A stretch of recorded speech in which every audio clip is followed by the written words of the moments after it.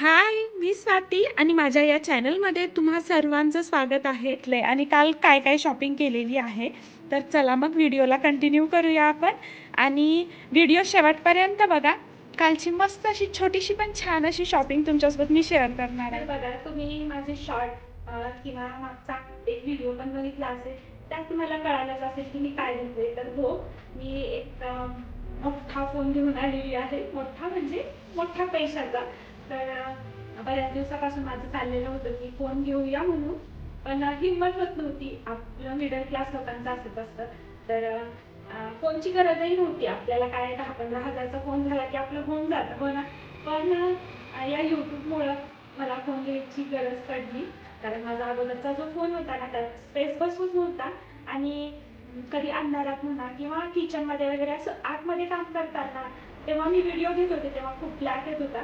पण तोही issue normal होता की काहीतरी करून कुठं लाईट लावून ते मॅनेज करू शकत होते. पण स्पेस म्हणजे मला तरी खूप बस होत नव्हता. समजा मला आता पुढचे व्हिडिओज काढायचे आहेत तर मला अगोदरचं सगळं डिलीट करून टाकावं लागत होतं किंवा जर तरी स्पेस माझा बस झाला. समजा मी एखादी व्हिडिओ बनवलाय आणि आता मला ते डाउनलोड करायचं आहे ना, तर स्पेसमुळे ते डाउनलोडच होत नव्हता. तर मला अगोदरचे क्लिप कुणाला तरी पाठवा, नंतर हा डाउनलोड करून मग ते क्लिप परत स्वतःच्या फोनमध्ये घ्या. इथपर्यंत डोकं माझं जाऊ लागलं त्या गोष्टीमध्ये. इतकं खराब होत होतं ना. म्हणलं चला आपण लागलो आता ह्या रूटवर. तर ठीक आहे, इन्व्हेस्ट करायला काही हरकत नाही. थोडीशी रिस्क तर घ्यावंच लागेल. तर मी माझं बजेट 30-1 हजार ठेवलं होतं. म्हणलं हे 10-15 हजारचा फोन आहे, ते इतके व्यवस्थित फोटो व्हिडिओ येत आहेत. म्हणजे सगळ्यांना आवडण्यासारखेच होते. क्लॅरिटी तितकी खराब नव्हती आणि जर आपण अजून 15 टाकले 30-1 हजार पर्यंत येऊनच जाईल छान. तर मग मी विवो मधलाच कोणता तरी घ्यायचा ठरवला. कारण दुसऱ्या फोनवर मला भरोसा नव्हता. कारण मी आतापर्यंत जे 2 फोन वापरले ते विवोचे आणि माझे फोन खूप छान निघलेले होते विवोचे. आणि मी आता जे व्हिडिओ अपलोड करते, जे व्हिडिओ तुम्ही आतापर्यंत बघितलेले आहेत ते विवो मधलेच आहेत. म्हणून माझा विचार होता की आपण विवोच घेऊया. तर विवोमध्ये मग जे मॉडेल होतं V60, तर ते 40-45च्या घरात पडत होतं. तर शेवटी मग मी माझं मन असं घट्ट करून ठीक आहे म्हटलं 40-45 पर्यंतचा घेऊया. 30 तर आपण टाकणारच होतो, 10-15 अजून ठीक आहे. 2-3 वर्ष जरी आपल्याला एक फोन छान गेला तरी एकदम छान. म्हणून ठीक आहे म्हणून मी विचार केला. आणि बऱ्याच जणांचंही म्हणणं होतं की एवढं चॅनलचं ग्रोथही छानच आहे, चॅनल छान चालत आहे, त्या कमी टाईममध्ये सगळं व्यवस्थितच चालू आहे, सगळं तुमच्या सपोर्टमुळं. बरं, तर काही माझे असे शुभचिंतक त्यांचं म्हणणं होतं की तू आत्ता फोन घे, म्हणजे छान क्लॅरिटी आली ना व्हिडिओ अजून छान जातील. तर मग V60 घ्यायचं आम्ही ठरवलं. नंतर थोडं फोनवर सर्च केलं की नंतर काय झालं, V70 लॉन्च होणार आहे म्हणून आलं. तर मग ठीक आहे म्हटलं, आता V60 घेणार होतो तर V70 घेऊया. मग थोडे 4-5 हजार इकडे तिकडे होतील. तर लॉन्चिंगच्या टाईमला काही त्याचा रेट वगैरे आला नव्हता. फक्त एक असं चाललेलं होतं की एवढा असेल तेवढा असेल. म्हणजे हा 45 आहे तर तो 50 पर्यंत असेल, हा 40 आहे तर 45. मग मला वाटलं की थोडासा आता GB वर पण असतं ना, कोणता 8 GBचा कमीला असतो, मग 12 GBचा थोडा जास्त, 16 GB, त्याप्रमाणे मग थोडासा कमीचा आपल्याला घेता येईल. तर मग आम्ही थांबलो V70साठी. एकदा निजामाबाद गेलो तेव्हा जाऊन चेकही करून आलो की आलाय का. तर त्यांचं म्हणणं होतं नाही, अजून 15 दिवस टाईम आहे लॉन्च व्हायला. तर गेलो होतो मग आम्ही निजामाबादला आणि फोन घेऊन आलो V70.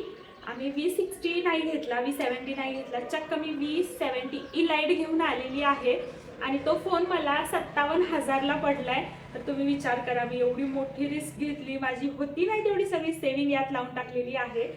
तर या फोनसाठी आणि व्हिडिओज छान आले पाहिजे त्यासाठी. तर मला एवढ्या महागाचा फोन घेताना मला काय विचार येत होता माहिती आहे का, अरे 4-5 ग्राम सोनं आलं असतं, घेऊ की नको, म्हणजे इथपर्यंत विचार होता. म्हणजे एवढ्या पैसे टाकून फोन घ्यायचा बिलकुल, म्हणजे असं मन मी इतकं घट्ट करून हे फोन घेतलाय ना, कारण आपल्याला फोनची तितकी गरजच पडत नाही. आता या यूट्यूबमुळं मला गरज पडलेली आहे. मग वाटलं आता छोट्या मोठ्या गोष्टीसाठी इकडे तिकडं केलं, अजून परत असंच चालू होईल स्पेस वगैरे, म्हणून म्हणलं ठीक आहे आता घेऊया. तर हा V70 मला चक्क 57,000ला पडला आहे. तर 12 GB रॅम आणि 512 GB रोम आहे. तर आता किती व्हिडिओ काढायचे ते काढ म्हणले यांनी. एकदाच मला फोन आता झाला तुझा, मागची किरकिरी गेली. तर असं सगळं आहे ह्या फोनचं आता कहाणी.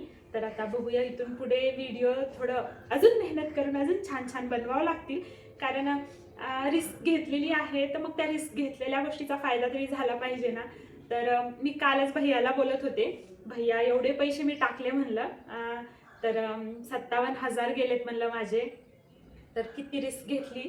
तर भैयाचं म्हणणं आलं की एखाद्या गोष्टीत पैसे टाकणं ती रिस्क नाही, पण ते मग घेऊन त्याच्यावर मेहनत न करणं हे रिस्क आहे. तर आता छान करत जा, तर मग सगळं ओके ओके होईल. जर तू मेहनत केली नाही किंवा ते फोनचा यूज जर तू प्रॉपर केला नाही तर मग रिस्क आहे. तर मग आता मोठ्यांचं ऐकून आता चांगली चांगली मेहनत करायची, छान छान व्हिडिओज काढायचे. आता बघूया कसं होईल. सध्या इथपर्यंत तरी चॅनलची ग्रोथ छान आहे आणि आजच्या व्हिडिओमध्ये तुम्हाला माझी सगळी बडबड बडबडच ऐकायला भेटली असेल. तर थांबा, तुम्हाला फोनही दाखवते मी. तर फोनची आणि आपली अशी कहाणी आहे. तर बघा, हा आहे तो फोन V70 म्हणलेला.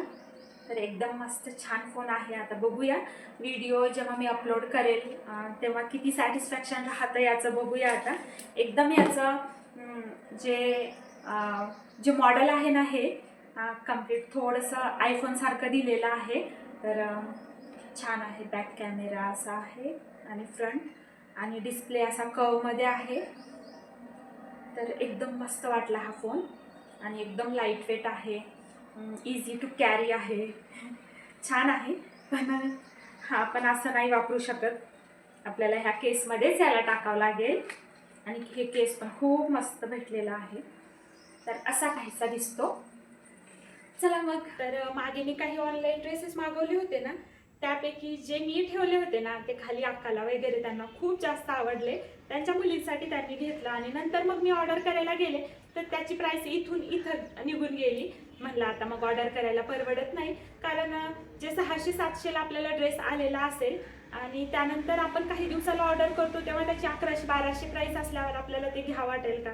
तर मग मी काही घेतला नाही. एक ताईनं ठेवला, एक खाली अक्कानं घेतला, एक शेजारच्या अक्कानं घेतला. असं सगळं झालं मागच्या ड्रेसेसचं.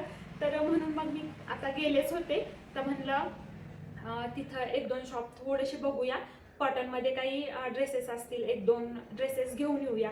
कारण आता लग्न वगैरे आहे, तिकडे तिकडे जाणं भरपूर होईल आणि तशा ठिकाणी मग सेट्स असले तर छान वाटतात आपल्या कुर्ती प्लाझो पॅन्ट्स पेक्षा. ज्याला ओढणी असती किंवा चुन्नी असती ना तसेच ड्रेसेस मग थोडंसं प्रॉपर लुक येतं आपलं. हा एक ड्रेस मग मी घेऊन आले आणि हा एक.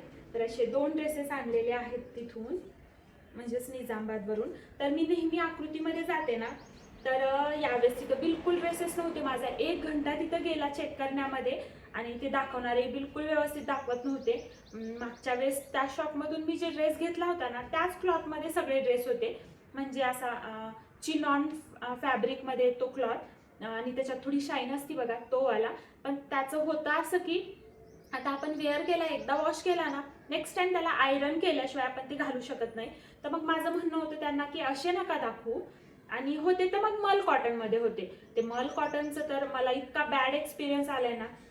जेव्हा आदिलाबाद गेले होते ना तेव्हा एकदा बाहेर आम्ही शॉपिंगला गेलो होतो. मी एक मेहंदी ग्रीन कलरचा मस्त मल कॉटनमध्ये ड्रेस घेतला होता. 1600 का 1800 मला एक्झॅक्ट आठवत नाहीये. तो मी फक्त 3 यूजमध्ये इतका फेड झालाय ना, तो 1800 रुपये घालून तो ड्रेस इतका फेड झालाय म्हणजे कुठं घालून जायसारखा उरला नाही. तर म्हणून मला मल कॉटन तर घ्यायचं नव्हतं. मला आवडतं, खूप जास्त आवडतं कॉटन किंवा मल कॉटन, पण मी ते त्याच्या यूजमुळं किंवा त्याच्या भीतीमुळं हाई ड्रेस तसाच निघेल या भीतीमुळं मग मी ते घेतले नाही. हे पण कॉटनमध्येच आहे. मग मी थोडंसं आकृतीच्या साईडला एक दुसरं शॉप आहे तिथं जाऊन आले. एकदा आम्ही ताईचे ड्रेसेस तिथून घेतले होते, खूप छान निघाले आणि रिजनेबल प्राईसमध्ये. तर तिथं हा कॉटनचाच आहे, खूप मस्त आहे आणि फक्त 850ला पडलाय हा. तर फक्त त्याच्या यॉक पार्टलाच डिझाईन आहे, म्हणजे इथं फ्रंटलाच डिझाईन आहे. आणि असा हा कलर. यात पण साईज अवेलेबल नव्हते, म्हणजे वेगवेगळे कलर्स होते पण त्यात मग माझी साईज अवेलेबल नव्हती. तर मग मी शेवटी हाच घेतलाय.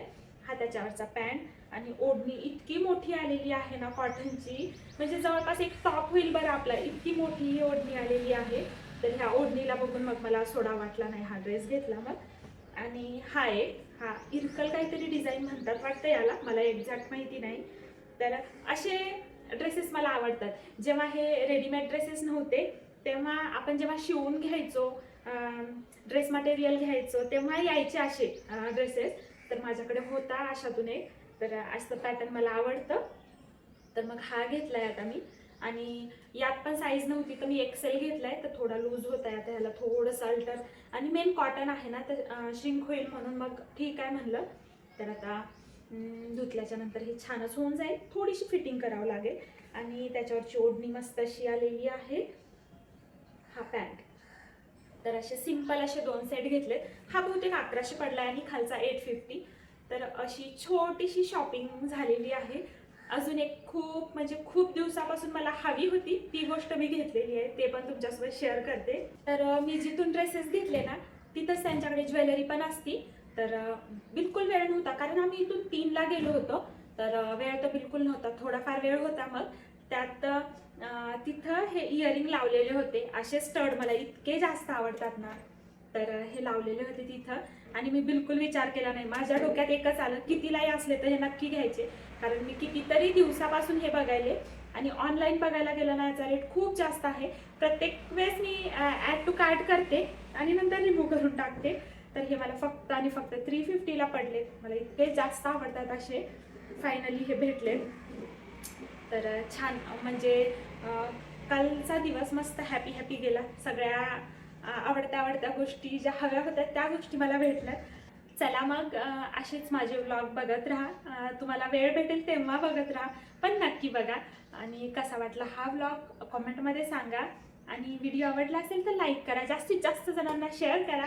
आणि भेटूया अशाच एका छानशा व्लॉगमध्ये. तोपर्यंत बाय. असेच हसत राहा आणि काळजी घ्या.